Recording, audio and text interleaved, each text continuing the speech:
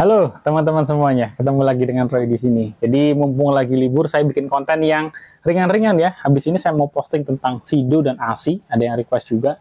Dan sebelum ke situ, saya dalam video kali ini mau ngomongin red flag ya. Red flag itu bendera merah, jadi warning buat saya. Dan siapa tahu ini bisa bermanfaat buat teman-teman. Jadi kalau saya mau ngambil saham, mau pick stock, ya ada 4 red flag ini yang biasa saya pakai gitu. Jadi kita mulai dari yang pertama. Red flag yang pertama adalah saham yang pergerakannya itu bergerak terlalu ekstrim. Oke, namanya bergerak tuh ada dua ya. Kalau di saham berarti kan dia bisa naik atau bisa turun. Jadi perusahaan yang harga sahamnya sedang naik kenceng atau turun kenceng, saya hindari gitu. Kalau yang naik kenceng sudah pasti teman-teman saya hindari. Kenapa? Ya, takutnya nanti kita beli pucuk terus nyangkut gitu ya. Kita cuci piring, kalian mungkin sering dengar istilah itu. Jadi saya menghindari hal yang pergerakannya naik ekstrim atau yang sedang turun ekstrim. Ya, turun ekstrim ini berisiko kenapa? Karena saya menyadari saya ini hanya investor retail individu gitu ya. Saya nggak punya visibility terhadap ring satu bisnis tersebut atau ring satu emiten tersebut. Contohnya apa ring satu itu? Dia bisa mendapatkan akses informasi lebih. Kalau investor individunya itu Pak LKH, mungkin dia bisa datang gitu ya, ketemu manajemen, kenalin saya Lo Keng Hong.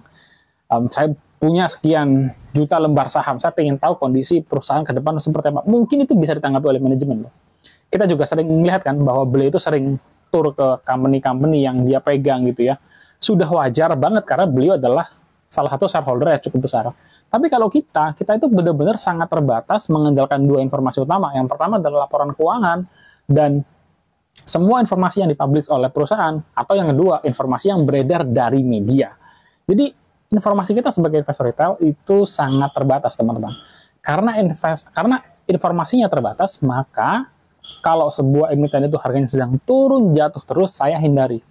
Kenapa? Takutnya ada informasi yang tidak bisa saya tahu gitu.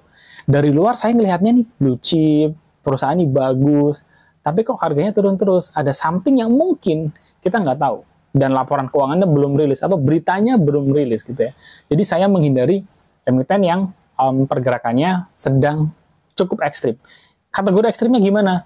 Naik ya, naik lebih dari 30%, 50% dalam waktu singkat, atau turun di level yang sama, turun 30%, 50% dalam waktu yang cukup singkat. Jadi saya menghindari emiten seperti itu. Itu red flag yang pertama.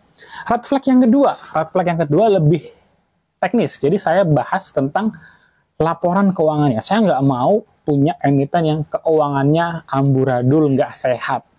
Contohnya apa? Contohnya emiten yang utangnya kegedean. Ya, kalau utang kegedean, kita sebagai investor khawatir perusahaan ini nggak mampu bayar. Kalau nggak mampu bayar, nanti dia digugat di PKPU. Kalau kalah gitu ya, kalau emitennya kalah, maka emitennya disuspend. Kalau disuspend kita nyangkut ya. Jadi saya menghindari emiten yang utangnya kegedean gitu ya. Apalagi emiten yang finansialnya itu fragile atau amburadul. Emiten yang cash flow-nya jelek gitu ya. Emiten yang cash flow-nya jelek, ya kita ragu gitu bagaimana dia mampu membiayai kebutuhan operasional dari perusahaan ini gitu. Namanya perusahaan kan ada karyawan yang mesti digaji ya, ada kebutuhan-kebutuhan operasional. Nah, gimana cara membayar kebutuhan tersebut kalau duitnya nggak ada, cash flow-nya jelek gitu ya. Jadi dua hal tadi itu penting menjadi semacam apa ya, core yang saya lihat ketika untuk menilai sebuah perusahaan ini keuangannya sehat apa kurang sehat gitu ya. Dan kalau dia emitennya laporan keuangan kurang sehat, yaitu red flag juga bagi saya. Yang ketiga, red flag yang ketiga adalah emiten yang tidak punya moat. Moat ya. Jadi Warren Buffett itu sering ngomongin ini mengenai moat di dalam sebuah emiten. Pada akhirnya teman-teman, moat itu penting karena dengan adanya moat tersebut, emiten itu punya keunggulan kompetitif dibanding para kompetitornya. Keunggulan kompetitif itu maksudnya gimana? Dengan dia unggul, ya si company ini, maka dia satu, bisa memaintain harga. Oke, kalau company ini maintain harga, harganya dinaikin, customer nggak akan langsung kabur gitu. Customer memaklumi bahwa produk yang mau dia beli ini harganya naik loh. Naik sekian persen, naik 5%. Itu dimaklumi. Misalnya apa? Company yang menurut saya punya mood di IHSG gitu ya. Satu, ICBP. ICBP ini menurut saya moodnya bagus banget. Kalau kita pengen mie instan gitu ya, top of mind, apa nama merek mie instan yang teman-teman pikirkan? Kalau saya, Indomie gitu ya. Dengan dia punya continuity pergerakan harga Indominya ya, tiap tahun mengalami kenaikan, market share-nya bukannya turun, malah tetap stabil bahkan naik gitu ya. Pendapatannya bukannya turun, malah naik. Artinya, setiap tahun perusahaan menaikkan harga jual Indomie, customer tuh memaklumi dan tetap setia dengan produk tersebut. Contoh sebaliknya gitu ya. Contoh sebaliknya, saham yang menurut saya kurang punya mood gitu ya. Saya ngambil contoh saham luar nih. Sahamnya Zoom. Oke. Tahun 2020, pandemi datang, Zoom itu langsung hype gitu ya. Media komunikasi yang bisa diinstal, bisa pakai free, bisa untuk video call, bisa untuk meeting bareng-bareng, nggak banyak. Alternatif yang bisa dipakai nggak banyak. Dan yang salah satu rising star saat itu adalah Zoom. Gitu ya.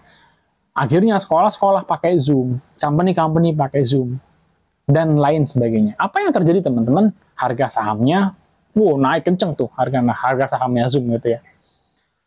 Tapi kemudian ketika sudah back to normal gitu ya, harganya saham Zoom itu pun turun jauh gitu, turun jauh.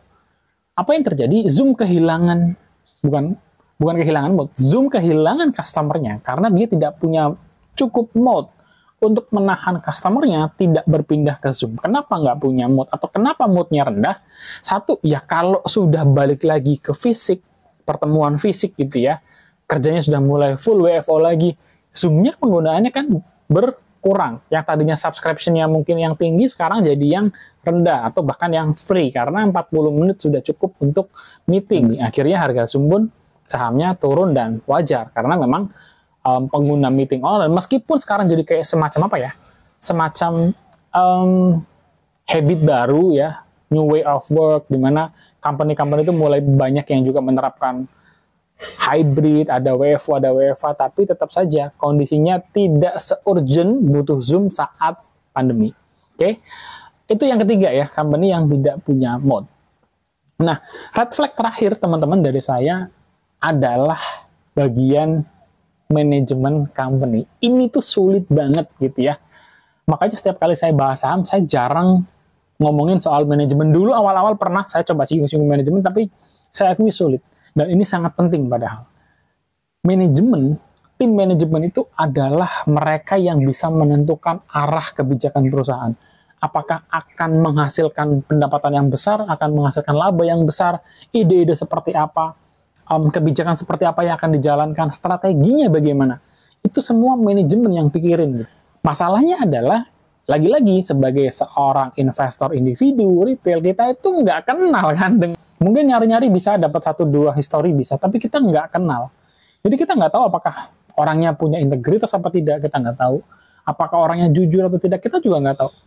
Apa yang menjadi pemikirannya dia, kita nggak tahu. Hanya bisa lihat dari mana? Ya dari public expose, dari company presentation yang dirilis resmi oleh perusahaan. Saya ada beberapa tips gitu ya mengenai bagian manajemen ini. Pertama, bagaimana hasil kinerja manajemen tersebut gitu ya beberapa tahun terakhir. Apakah di dalam kepemimpinan manajemen tersebut perusahaan ini untungnya konsisten nggak ya? Kinerjanya bertumbuh nggak? Kalau ada utang ya utangnya coba untuk dibayar nggak? Gitu. Apalagi apakah kebijakannya jelas, terutama strategi mengenai bisnisnya. Misalnya apa? Misalnya dia perusahaan properti gitu ya.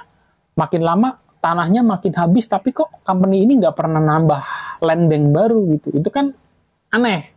Nah, kalau manajemen ditanya hal seperti itu tidak bisa jawab, ya itu red flag juga gitu ya. Kenapa perusahaan properti kok tanahnya makin lama makin habis gitu. Apalagi misalnya perusahaan yang jajaran manajemennya sekaligus shareholder.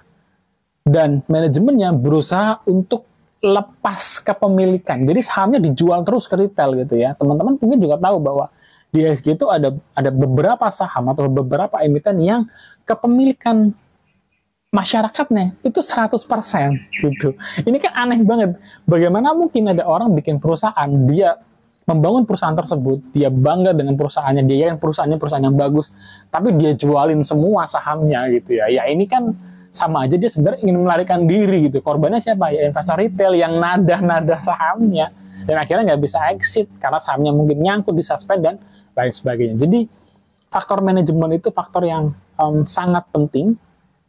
Dari antara 4 red flag ini yang paling penting adalah manajemen, tapi juga yang paling challenging, paling menantang karena sulit banget untuk kita bisa mencari tahu mengenai pemikiran, mengenai integriti dari manajemen yang duduk di kepemimpinan perusahaan tersebut. Itu dia teman-teman dari saya, 4 red flag gitu ya, ketika saya sedang pilih-pilih saham untuk diinvestasikan. Semoga teman-teman bisa mendapatkan insight dari sini.